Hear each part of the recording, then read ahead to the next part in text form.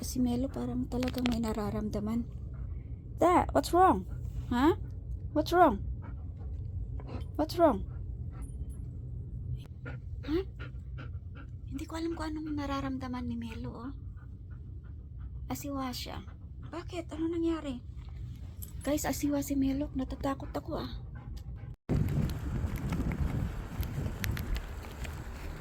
Hindi ko matapon. Let's buzz. Good morning. Good morning, guys. Today's video, alam nyo, sobrang nagpapasalamat ako sa lahat ng mga viewers ko, to all my new subscribers.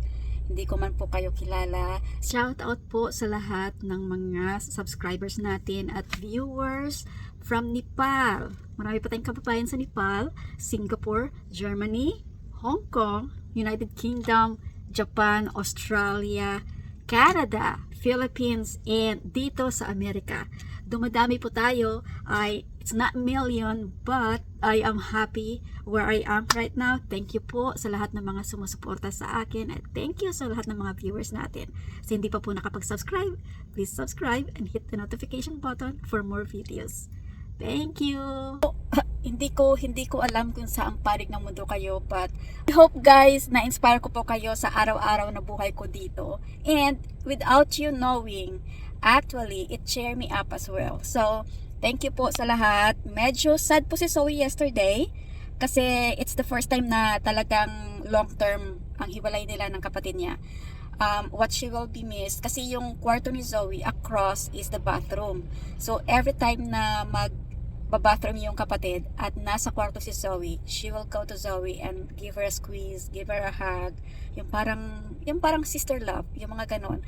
So yun ang iniiyak niya kahapon. At the same time, hindi siya niyakap ng matagal ng kapatid niya, parang she was pushed away. I'm thinking na she was Laika was suppressing her emotions kasi nga, di ba, aalis siya and mag-isa lang siya solo. She was nervous actually yesterday. She doesn't know what to do. So sabi ko sa kanya, if you don't know what to do, look for the people na nagtatrabaho sa airport. You can ask questions and they will be helpful. So yung yakap sa kanya is parang konti lang na hindi tumagal at she was pushed away. Nakita niya man sa video, parang she was pushed away kasi I took a video of them and ayaw niyang i-video ko sila. So it was partially my mistake as well na kinunan ko sila ng video. Sana alam ko, 'di ba? Pero it was a moment na nag-sunk in kay Zoe yung pumasok na ng gate yung kapatid at hindi na kami kasama. Doon na siya umiyak ng todo. Sabi niya, ano ba to, totoo na to? Sabi ko, yeah, she has to go. And sabi ko sa kanya, di ba ilang araw na natin pinag-usapan yan, aalis siya. Sabi niya, pero hindi niya inasahan na ganun pala kasad na aalis yung kapatid niya. Sabi ko, just be positive. We will count our days and then magkikita tayo. Sabi ko sa kanya. And pinakalma siya namin kahapon.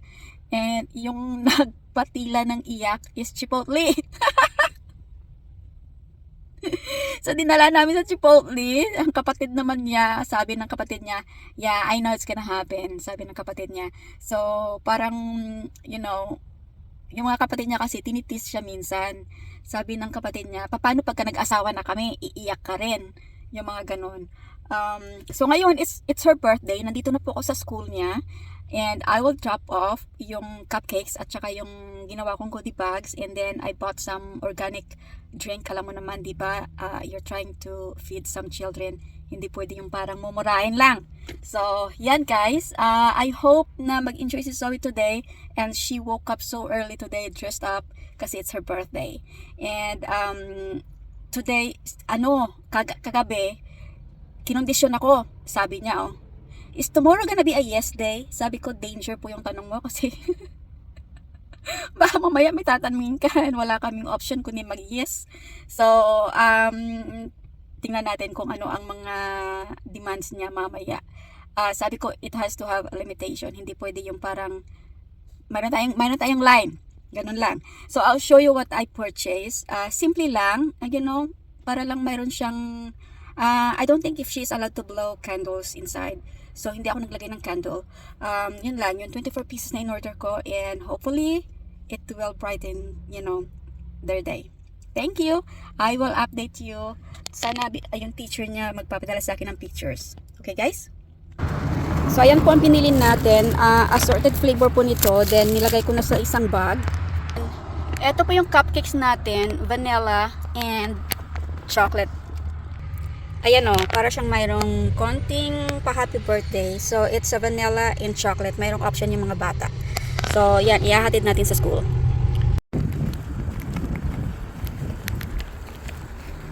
Hindi ko natapon. Let's bus. Okay, no cameras. Hindi ko alam. So, I was like, I thought I could add it in the vlog, you know. So, i-deliver nila sa kay Zoe and it will be a fun day for her. And I hope the teacher will share me some pictures today. Yan po guys. And, hindi ko alam, pareho pa yung t-shirt na color. Yung kulay ng t-shirt na sinuot ko kahapon, kaparihas lang ng kulay. Pero it's another t-shirt po. It's another t-shirt po to. Kahapon para akong hala, yung naglaylayan yung damit ko kahapon kasi nga tulak ng tulak ni Zoe. Natawa yung isang Pilipina. May Pilipina doon sa sa airport. Kasi nakasubsob nga sa kilikili ko. Sabi ko, hala sige, subsob mo ng subsob sa kilikili ko.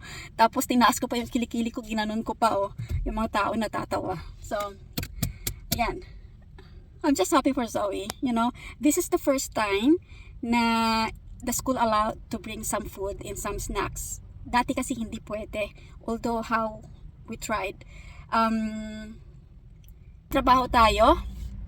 And tonight, I'm gonna get some cake, real cake for her. Para na she will blow candle in the house. And we'll see yung yes day niya. So, hindi lahat ay yes. Magno-no ako. yan ang laro namin kasi ang gusto niyang gawin. And, gusto niya maglaro kami ng tumbang priso. Kasi I showed her a video na sabi ko, you have to get off in your phone. Although she is reading a lot, nagbabasa po siya talaga. She is a wide reader. Although she reads a lot, pero kasi pagkatapos siya magbasa, ang utak na sa cellphone na kasi naglalaro ng mga dyan, nanonood ng mga videos. Pero ang pinapanood niya is more on a science video. So, hindi naman siya yung parang talagang walang katuturan ng mga video. Mostly sciences. And sabi ko, I'll teach you a game na yung game na nilalaro ko nung bata pa. Kasi kami noon wala kaming mga cellphone, walang mga TV, walang computers, ganon. So, sabi niya, okay, what's the game? Sabi ko, tumbang priso. Ay, maglalaro kami mamaya ng tumbang priso. Tingnan natin kung magugustuhan niya. Zoe, since nung baby pa yan, tinuturuan ko yung mag-Tagalog tsaka mag-Bisaya. Ina-argue ako parati. Kasi some of the words sounds like Spanish.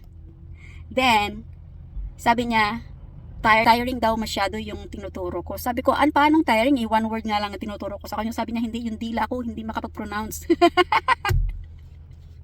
So, okay lang. Pero alam niya yung, naiintindihan yung ibang mga words, kasi nga, paulit-ulit ko siyang sinasabi. But, yung Tagalog kasi, hindi kami nagtatagalog sa bahay. Sometimes, tayo mga nanay na mga Pilipina, if you are so angry, na galit ka na talagang lumalabas yung pagka-Pilipina mo. Hindi na ako nag-English, talagang nagbibisaya na ako. So parang gano'n na, naririnig na yun, but then she has the sense na I'm angry. So ayaw niyang pag-aralin yung Ilonggo kasi sabi niya, you sounded like you're angry. Yun. So bumaba ako dito guys sa ilalim kasi dito ako magtatrabaho sa basement and I wanna pick her room. So usually, di ba araw-araw since na yung araw na we know yung kung gaano nakatindi yung depression niya, you always worry kung gising pa ba siya or natutulog lang or something wrong happened kasi closed door parati to. So yun po yung mga ilang months since lumipat kami dito ng June, ilang months na worry every day and always come down and check. So ngayon dahil wala siya dito, so yung parang medyo napunutan ka ng tinik dahil sa masasabi mo na at least she is somewhere. Pero ngayon na wala siya dito, you were right, mamimiss mo yung routine. And titingnan natin yung kwarto niya. Kasi she left a lot of stuff here. So, medyo medyo yata, ano ba to? Iniwan niya lahat ng mga gamit niya. So, hindi lahat pala. Hindi naman lahat. So, ito guys. Oh, yung kama niya. At least inayos niya, diba? Yung ibang gamit niya dito. Meron pa siyang ibang mga gamit dito. And, pagka-final na talagang need na niya hi Melo, come in. Need na niyang mag-aral. So, I will box all of this. Papadala ko sa Pilipinas. So, dito may bathroom yan eh. May sarili yung bathroom dito sa ilalim. And may mga gamit pa rin siya dyan. So, ayan. Nilinis naman niya. I'll vacuum the carpet probably once in a while. And iniwan niya yung air shoes niya. Uy, yan ang paborito niya. Ba't iniwan niya? Ayan, iniwan niya rin yung Xbox. Kasi sabi niya ayaw niyang Xbox ilalim. And then, yan, iniwan niya rin yan. Sabi niya kasi ayaw niyang maalog, kumbaga. So, ito yung kwarto niya dito sa baba. Ito na ilang bisis ko lang siya turn on yung light. Kasi ayaw niyang buksan yung ilaw. Yes, Melo, do you like this room? Huh? Do you like this room? You do? You do like this room, huh? So, medyo parang ano siya, asiwa na magtatrabaho ako in the opposite side na wala siya dito. So, mamimiss mo pala yung presence. Ganyan. Did you smell something? Huh? Something left, right? So, alam ni Melo, oh, malakas pala ang ano ng aso. Oh, she was nudging me. She knows something is wrong. She's not here. She's not here anymore. She went to the Philippines. Laika is not here? Huh, baby? So, ayan guys. Sasarado natin to. I'll turn off the light. No, I'm not gonna be in this room, Melo.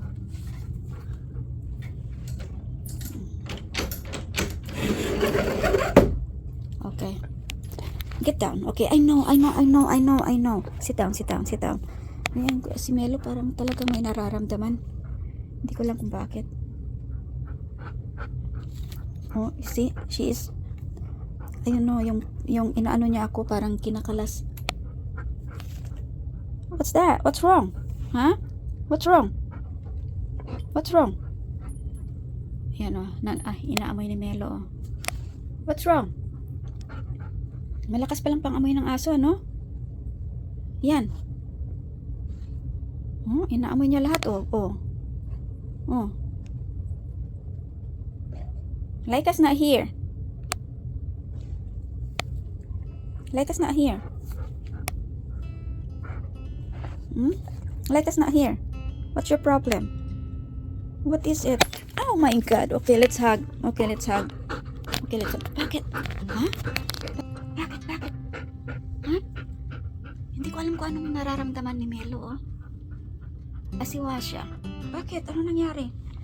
Guys, asiwa si Melo. Natatakot ako, ah. Let's go outside. So ito guys, nandito tayo sa basement. Kailangan natin magtrabaho. Naku, ang hirap mag-concentrate. Alam mo, so chinat ko yung nanay ko kagabi. Tsaka yung kapatid ko kasi padala ko ng pera para pambili ni Laika ng kama. Okay? So bago ako nagpadala ng pera, pinakanvas ko sa kanila. Sabi ko, punta kayo, hanapan nyo ng yung medyo soft, medium to soft, no, soft to medium na mattress, hindi yung firm kasi sa ating mga Pinoy gusto natin yung firm, pero hindi po siya suitable kay Laika kasi she has the hard time sleeping, so kailangan po niya ng soft to medium para na when she lie down, it will cradle her body para na mag full asleep. So ang parating sinisil sa akin ganito, ay ito puro firm. Sabi ko hindi nga firm, gusto ko nga yung soft to medium, kahit ano pa yan, basta soft to medium. So in short, okay, pinadalahan ko, ang sabi is 10,500. So napadala ako ng kulang-kulang 13,000 sa nanay ko. So pinick up na yung pera. Okay, sabi ang expectation Ang expectation malaki ipapadala ni Angie. Okay? Pero mind you, nung nakaraan lang ng ano lang yun, padala din ako ng mga first week ng September, pinadalan ko rin siya ng pera. Alam mo, so parang nanonotice ko na ha. Nanonotice ko na. So, yun, sinamahan ng kapatid ko. Parang naka-pouting mouth na daw. Kasi nga, sabi ko, bilhan mo rin ng bedsheets. Ang pera na yan, sabay ng bedsheets. Sabi ko, and papadala ako ng pera kay Laika for her allowance. Hindi ko po ipapadala sa nanay ko. Alam ko na kasi, since I was 28 years old, guys, buo kong pinapadala ang pera ko sa nanay ko nung naging OFW ako. Walang may natitira sa pocket ko. Kumain ako parang, kinain ko yung leftover ko na chipotle. Parang, okay. So, alam ko po yung nanay ko. Okay? So, sabi ko, papadala ko sa anak ko yung pera for pick-up, hindi sa kanya. Kasi, prior ko siyang chinat kagabi, nag-chat po siya sa akin noong mga nakaraang araw pa na kailan ang lipad, ganito. Sabi ko, oh, ganitong araw na, ganitong oras. Sabi niya, kailan ka ulit magpapadala ng pera? Parang, last week lang every 2 weeks nagpapadala ako. Ano ba yun? So, sabi ko, ay, kung magpapadala ko ng pera, padala ko kay Laika. Kasi sabi ko, kako, may pocket money pa siya. Then, papadala ng pera para makapagpa-check up sa dyan. And, hindi, parang, ewan ko, parang gumano ng utak ko. So, ganito guys. Parang malilihis tayo sa story. Malilihis tayo ulit. Alam mo, nitong nagbablog ako, for a while, ang lahat ng mga sentiments ko, ang lahat ng kung ano-ano ang mga sama ng loob ko, dito ko lang yan at saka dito ko lang yan kinikimkim. Okay? Parang ang bigat. Sobrang bigat. Since nung nag-OFW ako, hindi ako ganito ng pera. Ganun ako sa nanay ko, sa kanila. So parang gumano ng utak ko. Sabi ko, sabi ng kapatid ko kahapon, nag-pouting mouth na daw. Kasi nga, saktong-sakto lang yung pera pambili ng bed set. At eto, tayo mga Pilipino, sobrang mayroon tayong character na mayroong utang na loob. Mayroon tayong ganyan, right? Pero kasi ang nanay ko mayroong 2 pension. Okay? Then, libre siya lahat. Kasi, mayroon ng bahay. Then, may nagre-renta pa sa bahay. May mga renters po. Then, ang kapatid ko rin, naghihingi din siya ng pera, binibigyan din siya. Kung sa pera lang, hindi siya nagsi-zero. Yung mga, I'm not sure kung may kamag-anak ako nanonood ng mga video ko, hindi ko alam. So, hindi ko alam kung may mga kamag-anak akong nanonood sa video ko. Hindi po siya parating zero. May pera po siya. So, hindi po kami nag-a-announce na, oh, I sent my mom this much. No, I did not announce that. So, it's just like, padala ko ng pera. Pero ang expectation niya now, papadala ko yung pera through her at hindi sa anak ko. So, ang sinabi ko naman sa kapatid ko, pagsabihan mo na baka nag-iisip na siya ng libo-libong matatanggap sa kamay niya, hindi niya alam, tuition fee po ang ipapadala ko. Hindi po para sa kamay niya. Hindi po siya magkaganon sa akin. So, hindi naman po ibig sabihin na wala tayong care. Kaibahan lang kasi ng ugali ng mga Pilipino na nakasanayan natin na they think na pag nagbibigay ka ng pera, yung mindset kasi ng Pinoy puro pera. So, hindi ibig sabihin na nagbigay ka ng pera, yan lang po yung equivalent to love. Umahal mo yung tao, so papadala mo ng pera. O, hindi naman po, pwede kang magpakita ng na mahal mo ang isang tao by, magparamdam ka, mangamusta ka. Tatanong, kamusta is like, mangangamusta ka meaning, iniisip mo siya. Hindi naman po ibig sabihin na pagka hindi ko ma-explain. So ganyan guys, hindi naman po sa simbahan po kasi siya parati. And simula pa nung nag-abroad yung tatay ko, maliliit pa kami, walang trabaho ang nanay ko. Pinapadala na siya parati ng pera. Kapatid ko na nasa Singapore nagpapadala sa kanya ng pera. Ako nagpapadala ng pera. Hindi po namin matrace kung saan niya dinadala yung pera. Alam mo, ang pension niya is kasya na sa pang-araw-araw niya, at saka kung mayroon man siyang maintenance, may maintenance siya. Ito ngayon ang pinoproblema ko kasi nakapouting mouth na daw. Nakagano na daw yung nanay ko. Kasi narinig niya na hindi ako papadala sa kanya ng pera. Bakit ganoon? You know? Bakit ganoon ang mindset ng mga Pilipino na ang laki ng utang na loob mo? You know?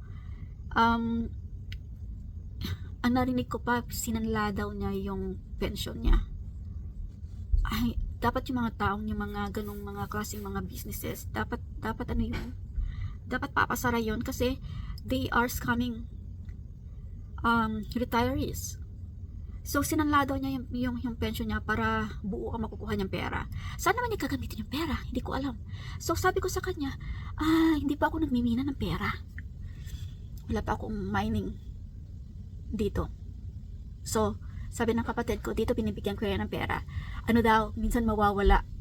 Then, yun pala, nagtitraining ng kung mga anong, kung sino-sino nag-recruit sa kanya. Then, pagbalik ng bahay, halimbawa, example lang, personal collection daw, bumalik pala yung personal collection sa Pilipinas, hindi ko alam. Nag-training daw sa personal collection. Pagbalik, may karga-karga ng mga dishwashing liquid, mga washing liquid, mga ganon. Eh, sabi ng kapatid ko, may tambak akong Ariel tsaka Downy dito sa bahay, bakit may dala siya mga ganun. Then sabi daw sa kanya, oy, ikaw magbayad nito ha. Sabi ng kapatid ko, nagdala ka pa ng bill, nagdala ka pa ng mga bayaran dito. Hindi naman ako I did not ask na magdala ka ng ganyan. Sabi niya, nag-attend ako ng personal collection, ganito. Tapos sabi ko, ganun pala yun. So, and then basta lang guys. So, chinat ako ng kapatid ko, sabi niya, mag-ready ka na. Pero sa akin lang ha, may pamilya din ako tsaka may anak din ako. So kung mayroon man akong ibibigay sa kanya, kukunti lang, hindi lahat bibigay ko sa kanya. Kaya sabi ko sa kanya, naku, 0-0 na rin ako ngayon kasi ang dami kong binabayaran at halos buwan-buwan kada sahod ko nagtatalbugan ng pera ko. Ganon. Magtatalbugan siya. And before I was vlogging, parang ang bigat. You know, ang bigat kasi dito mo lang siya, iniisip mo lang siya, dyan lang sa utak mo, parang paulit-ulit, hindi ka makatulog. Then, ang bigat ng nararamdaman mo. Ngayon na nagsasalita ako, I realized na, totoo nga, no? You know, minsan kasi pinapanood ko yung sarili ko. So parang kinukwenta ko, talaga lumalabas, nagpa-fly lang yung pera ko. Then yun, bumili nga sila ng binili na nga ng kama. Ito ang tricks ko. Sa mga hindi alam dyan, may share ako sa inyo. If there's a project, kasi ito naranasan ko to before, magsasabi siya na magpapacheck up ako ng mata, ganito ang kailangan and ganito ang presyo. So, magpapadala ako ng double pa. Sobra pa. Okay? Then, tatanungin ko, nasa na yung sunglass? Nasa na yung, yung reading glasses mo? Isasagot sa akin, ginamit ko yun muna doon sa ganun. So, sabi ko, yung hiningi mo sa akin para sa mata mo, hindi mo nagawa. So, meaning, manghihingi ulit siya sa akin para sa mata niya. Ganon. Ganon po ang cycle. Okay? So, ang tricks ko ngayon, pag nanghingi ka sa akin ng upuan, bilhin mo, picturean mo, bigyan mo ako ng resibo na ang hiningi mo sa akin ay talagang binili mo ng upuan. Kung may sobra man, edi sa'yo na. Ganon. So, chinat sa akin yung resibo, tsaka in-explain, bumili pala ako ng kurtina. So, wala yan sa budget. Sabi ko, may sobra ka pa eh. Gusto niyang pabayaran sa akin ang binili niyang kurtina. Grabe guys. So sabi ng kapatid ko, sabi ko baka naman binibigay sa simbahan na naman yung pera. So So, hindi po pwede sa akin yan. Kasi I work hard for my money. Hindi po para magdonasyon ako. I have nothing against about religion. Nothing against about religion. But, it's up to me if I give or not. Kasi, pag pipilitin mo ako, iba na yon, right? So, ang pinapadala ko sa kanya na pera ay galing sa pinaghirapan ko. Sometimes daw, ang ginagawa niya, dinodonate sa simbahan. So, sino ngayon ang may mali? Pag wala siyang may makain. Pag ang tingin sa kanya ng tao, hindi kami tumutulong sa kanya. Pag ang tingin ng tao, wala kaming utang na loob sa kanya. Kami po hindi po yan nawala ng pera. Hindi po kami nag-a-advertise para sabihin, nagpadala ako buwan-buwan ng ganito karami. Pinadalan ko siya ng ganyan kalaki. Hindi po. So, hindi po yan pinapabayaan. Ganyan. Yun lang. Parang labas ko lang yung sama ng loob ko.